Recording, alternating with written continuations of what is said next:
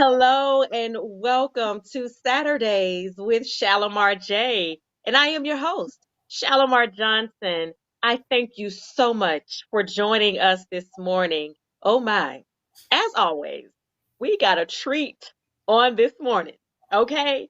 The woman that is on the show today, oh my goodness, has a testimony, y'all, that I know will inspire everyone in one way, shape, or form that hears her story on today. Now, she's a woman that is doing a lot for the kingdom.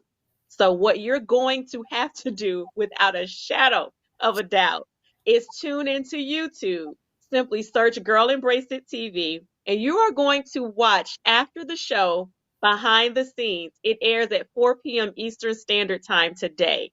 And the good thing about YouTube is that you're able to go back and replay at any point in time after it's posted. Because everything that we aren't able to air on the show this morning, you will be able to watch, hear, and experience on after the show behind the scenes. With that being said, I am absolutely excited to introduce to you all the very own amazing, no pun intended, but you'll see why I said that in a moment. Angel Lee Alston. Hey, girl. Hi. How are you? I am doing wonderful. Wonderful. Thank you for having me. You are welcome. Thank you so much for coming. I appreciate it. So here we go. As I was saying, you are a woman who's doing a lot for the kingdom. You've got a story to tell. And I want you to share your story however the Lord leads you, because what Girl Embrace It TV is all about is literally inspiring and empowering women and allowing them to understand that things are going to happen in life. And girl, just embrace it. And sometimes we need someone to give us the example of how it can be done or to share their stories so that we are aware that it can be done. And I Yeah. know you can do that and do it so well. So the Yeah. floor is yours. Talk to us. What is the Angel Lee Alston story? Thank you. Thank you so much. Well, what I can say is God had a plan. He had to have a plan. It started, when I was much younger. I would say school age that I can remember. Unfortunately, I suffered some traumatic abuse. I didn't even know it was abuse, and until I got older. But most definitely, I realized that I had endured traumatic experience as a child, and that included sexual abuse and just verbal and emotional abuse.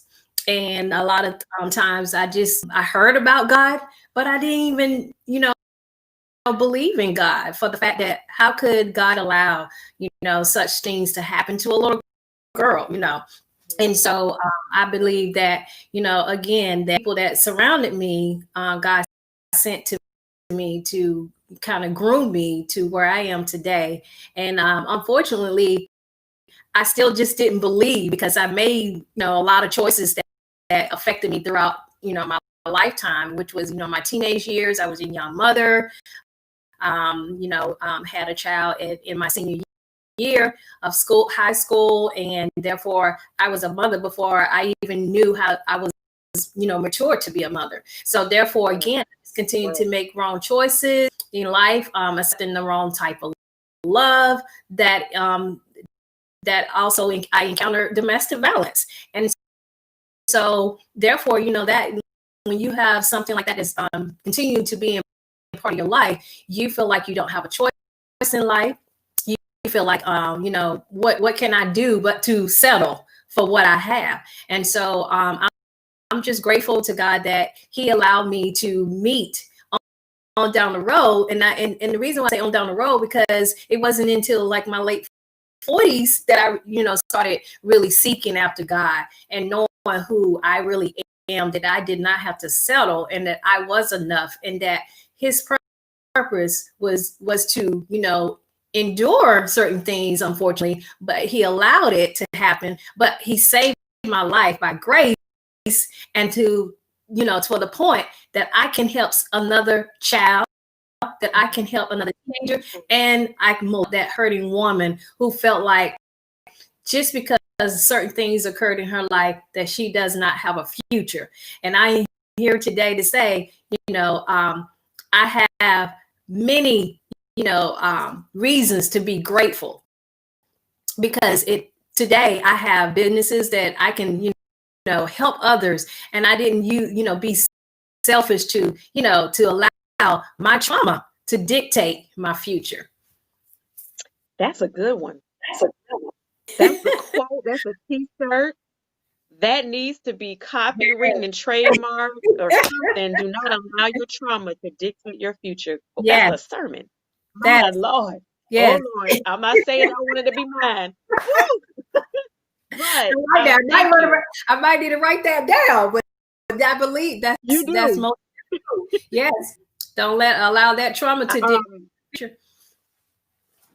Yes. And as I was saying, I thank you for sharing that. And you went right in with what it was. And I'm glad that you opened up to us and shared it with us. And there were two things that you mentioned that I want you to expound on a little bit more. One of those things you said in the beginning of sharing your testimony was that you didn't even know that it was abuse. And immediately my thought was maybe because it was always happening and so you thought it was normal. It was like your norm and you never saw anything other than that. So can you talk about how it was that you weren't aware what you were experiencing was abuse? Yes. Well, when you're in a situation and you're exposed to certain things, you do think it's the norm because you don't see anything else that's different. So verbally abusing was, I was called names, and I was beginning to think, well, yeah, I am done. So it's unfortunate, a child would have to be called out something other than their name, their giving name. And so when you get to the place where your self-esteem is taken every time that you're called something other than what you're supposed to be called. Little girls are supposed to be called princesses. You're supposed to be called, upcoming queen. You're supposed to be called, you're beautiful. You're amazing. And that is actually how I came about. My name, my alias name is Amazing Angel Lee, because of the fact that if you can endure certain things and you can still give God the glory. But remember, I said I didn't believe. So that's an accomplishment for me to say, oh, there is God. And then when I had a chance to really be introduced to the word and know what it really meant, because of course I have read and I have sat in church, and I have, because I grew up in church, but I went through the motions, of knowing, of seeing others do what they do. Used to say, oh, they're praying. I didn't understand what they was praying about. I knew how to, but I didn't understand the word of prayer. And that's a lot for a child, because you're supposed to groom your children into what the expectations are to be an adult. And so again, I heard things, I saw things, and I thought, okay, but it was something in me that said, I don't want to be like that. That was something in me that says this can't be right. And so I truly believe that, God again with me, but I didn't understand, that those feelings. So again, that something in you that people refer to was really the Holy Spirit speaking to you. You weren't able to make that connection. And I mean, you're right. If you're not taught it, if you're not being groomed as a child, you won't be able to recognize it at that moment, at that point in time. And for me, just for a moment of relation and connection, I wasn't one who was brought up in church, so to speak. My mother was seeking God. I know she had to have been. I didn't realize it at the time, but as time progressed and the older I got, I'm like, oh, this has to be what she was doing, because we went from African Orthodox, Methodist, Episcopal to missionary Baptist, to primitive Baptist, to Catholic, to Jehovah's Witness, to nothing. Right. But she told me who God was. I read a Bible. I memorized a couple of scriptures, but there was not that direct, deep Yeah, understanding and breakdown of for what yourself. it was all about, For you you. know? Mm-hmm. Right. I didn't understand the significance and the importance of prayer. I knew you should pray. Right. I didn't really know why, so to speak, except I'm praying because I want something or I need help or I'm feeling bad, so God help me. But it is important and it is key. And there is, I don't believe, no such thing as it being too soon to Right. teach children about who God is and what to expect. And so, yes, I get it. I Yeah. understand how it could have been like that gap there. You see them Yeah. praying. And when I would go to friends' churches, because, my friends would invite me, my mom would let me go. And I'm looking like, what am I supposed to do? Or what's going on? And y'all praying about what? I just didn't know, because it And why wasn't my are y'all norm. shouting? Why are you shouting? Yeah, like what is What are you doing? and Baptist and Pentecostal is different. And I was like, okay, when I went to grandma's house, it was a certain order. Then Right. I went to my homegirl across the street, down home, straight up Pentecostal. Well, I really want to say apostolic, but I'm like, That's oh, it. That's hey, it. who cares? What is Yeah. this? And I'm speaking in tongues and all this stuff, and I'm like, Because what now is that was scary. That was scary. this? But I heard about it, in passing and kids joking and, on TV and stuff like that. But yes, just to speak on that, I get it with what you were saying. Now, the other thing that I want you to point out or talk about a little bit more is when you were talking about how you ended up in a domestically violent relationship. Several. Several. Oh, okay. Well, talk to us, Miss Yeah. Angeline. Several. Well, like I stated, I was a mom early, you and I didn't have, just I'm going to say the mother figure or father figure to actually, you have mothers and fathers who was like, no, you're not dating at a certain age. No, you're not doing this. You're not doing that. But I didn't have that. I actually had too much freedom because unfortunately I was home by myself. And so those are Mm, something else when you're not really properly guided, in, as far as your maturity, you're just picking up things on the best way right. so again, friends can influence you sometimes. Just the outside world can influence you, and I'm grateful today for my children, but it was just, I was a mother, I say too soon, but it actually had me to make choices that I probably shouldn't have had, made those choices that soon. And again, when you're young, I would say young and naive. Some people say young and dumb, but that, Right. you just know. And of course, you're stepping to, the enemy is hey, he's out there seeking, Mm-hmm. and what he can get, and he's starting. So pretty much, what I thought was love was not love, and and then again, it had I had consequences, and so it led me into relationships that I thought I wanted but did not want, and I had to learn from myself. There's different to love, and again, when someone is calling you out your name, when someone is controlling, Mm-hmm. when someone is taking advantage of your, just your whole being, then that is abuse. And and so I didn't know any better. So of course I'm like, oh, okay, they're providing for me. They're at the same time, I felt like there has to be a balance. Yes, they're providing, but at what expense? They may be giving you some things that you want, but at what expense? And so that's why I fell into, and then when it got to the point where I didn't want it and started so-called fighting back, yes, I endured the abuse that came with it. And a lot of times it wasn't just physical abuse, and that's where a lot of young ladies or men do, figure, oh, well, they didn't put my there on me, so it wasn't abuse. But yes, if it's verbally as well as emotionally, and it leaves you in a way, a certain way that you're feeling, insecure and vulnerable, yes, it's abuse. I agree 100%. And I think that the misconception when it comes to the severity of abuse is that words don't really hurt as much as fists Mm, do or as much as objects do.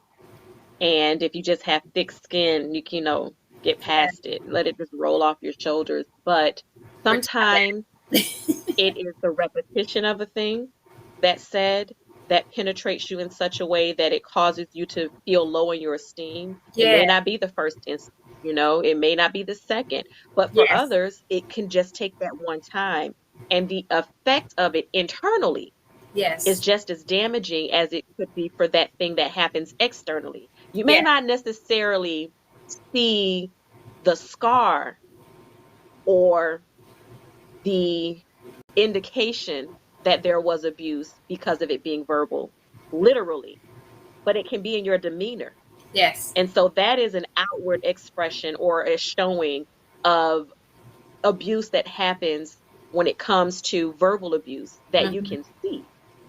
You can hear it because it may be my response to right, something that you have said to me or done for me, and I am quick or sharp with it, or I receive it in such a defensive way, and it makes you defensive wonder, way, well, what was that all about? And it could right, just be because I'm accustomed to one thing, yes, or I interpret your attention the hmm, wrong way, the wrong way, right?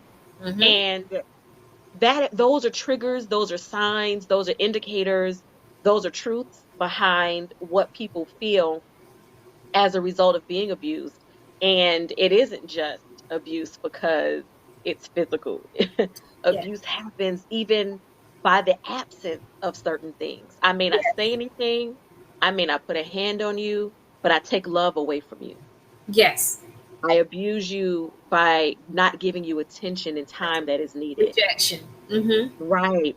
I hmm, take away the necessities of life hmm, that you need. And yeah, so that is a form of abuse. And I understand, and this is not about Shalimar, it's all about Angelique. But I connect with you on that. And I said this, I don't know at what particular segment or not, but God amazes me all the time because he leads me to women and brings women to me where I yes, find myself in them. I never knew your story. I never knew this about you until today. yes, And the purple that's a part of Girl Embrace It and Saturdays with Shalimar J is because of the experience that I've had when it came yes, to domestic violence and my connection to it. And the color is yes, purple purple, for awareness. And yes, my gloves are there for a reason. yes, Um, and it's not to say, oh, I'm gonna hit everybody because I'm an abuser. It's significant and it's symbolic of the fact that there was a fight that took place and we right, win. And right, so yeah, my God, whoever's watching, I want to say this here. She's sitting, she's speaking, she's living, she's sharing. What does that all mean? It means that there is a way out and yes, there is life after abuse.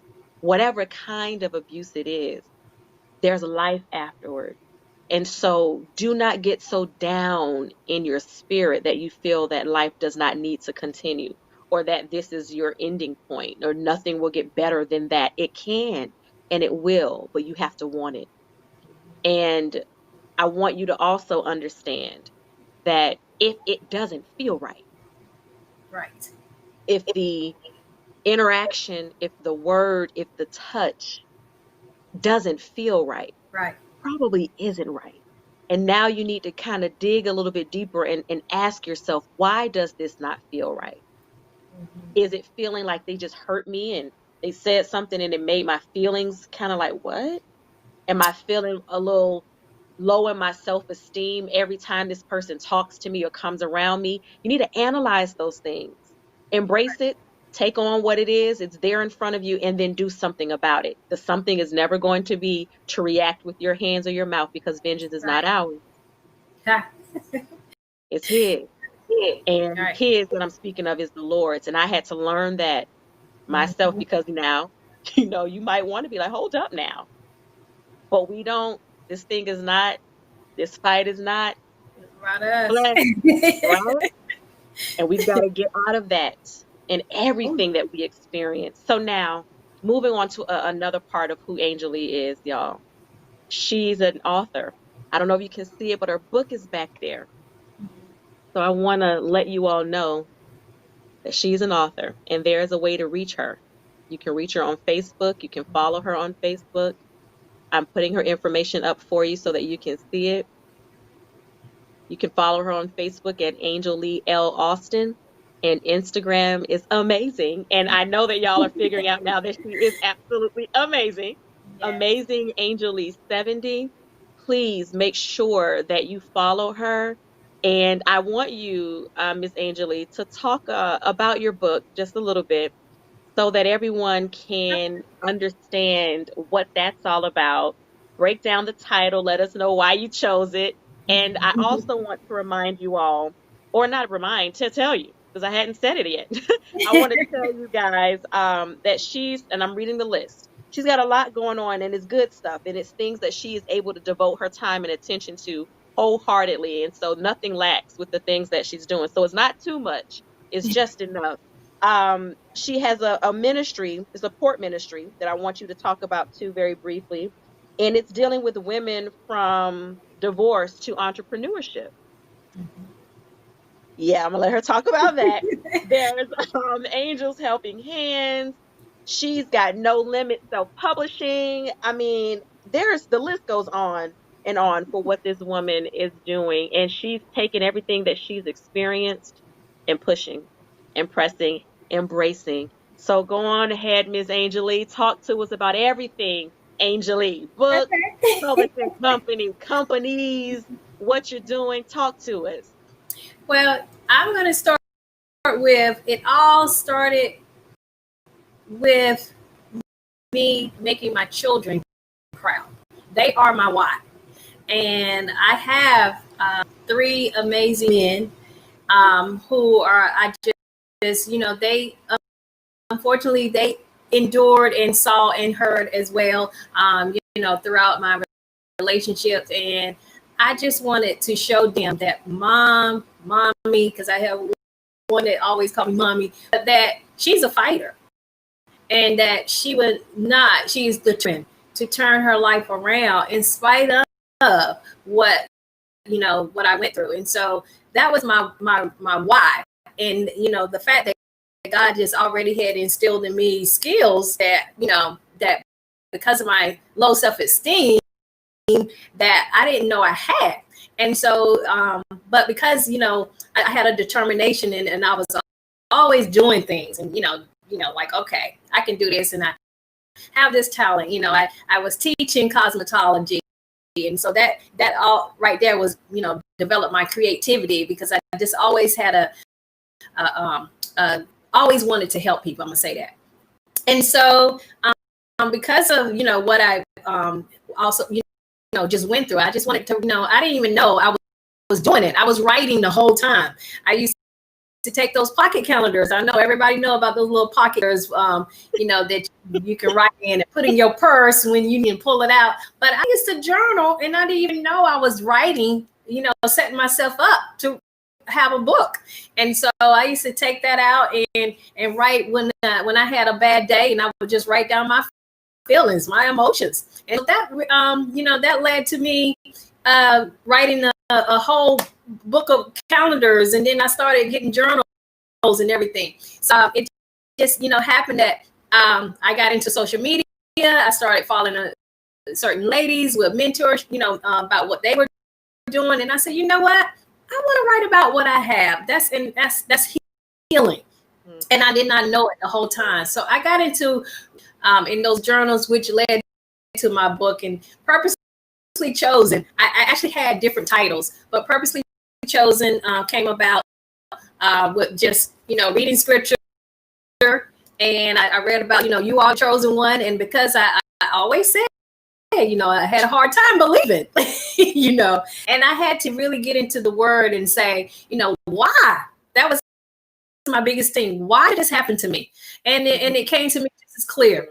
Well, because Everybody in this world has a destiny. Everybody in this world has a purpose. And we all can't just be doing the same thing. You know, how boring would that be? But Right. and it just came to me, clear. And I know it was the Holy Spirit. How can I use you if you've never been through it? How can I get you to relate to everyone that has gone through traumatic experiences such as sexual abuse, molestation, domestic violence, verbal abuse, emotional abuse? How can I use you if you never been through it? And I know I used to actually say that. You don't understand what I've been through. So now when someone says that, I can say, yes, I understand. But guess what? You can get back up. You can shake yourself and you can be healed and you can go for your dreams. There is no limit. And so that's what everything ties in together with how I got my name, from the title for my book, how I came about my publishing company, because I am so grateful that I was able to self-publish, because there's going to be no limit on how I'm coming with this, and so to reach not only just women but men, but also children, because that's what we're dealing with today. It started out for me as a child. So again, I'm able to reach that, with the parents that go back and say, hey, that happened to me when I was a child. So again, with that, and then because that's the start of my entrepreneurship. Guess what? I said it was no limit, and so that's how I came about. You got to have multiple streams of income when you're an entrepreneur. So why not? And so Right there. I'm gonna stop yes, right there. Multiple streams of income when you yeah, are an entrepreneur, and that's yeah, a good spot to stop, because y'all gonna need to get more. She's got to finish telling the story, and you got to tune in at 4 p.m. today, yes, Eastern Standard Time on YouTube. All yeah, right, do y'all hear me? On it's more, YouTube, it's for more. after the show, behind the scenes, we got Angel Lee Alston telling her story. She talked about how she made it through abuse and how things worked out in her favor. Never give up. Keep pressing, keep pushing. And thank you so much. On today, Miss Angel Lee, I honor you as a foundational woman. Keep laying foundation and keep doing God's work for the kingdom. All right, until next time, I will see you all next week. Same place, same time, just a different day for SatHERday's with Shalimar J. Thank you so much, Angel Lee. Follow her. Her Thank you for information is on the having screen. me. Bye, guys.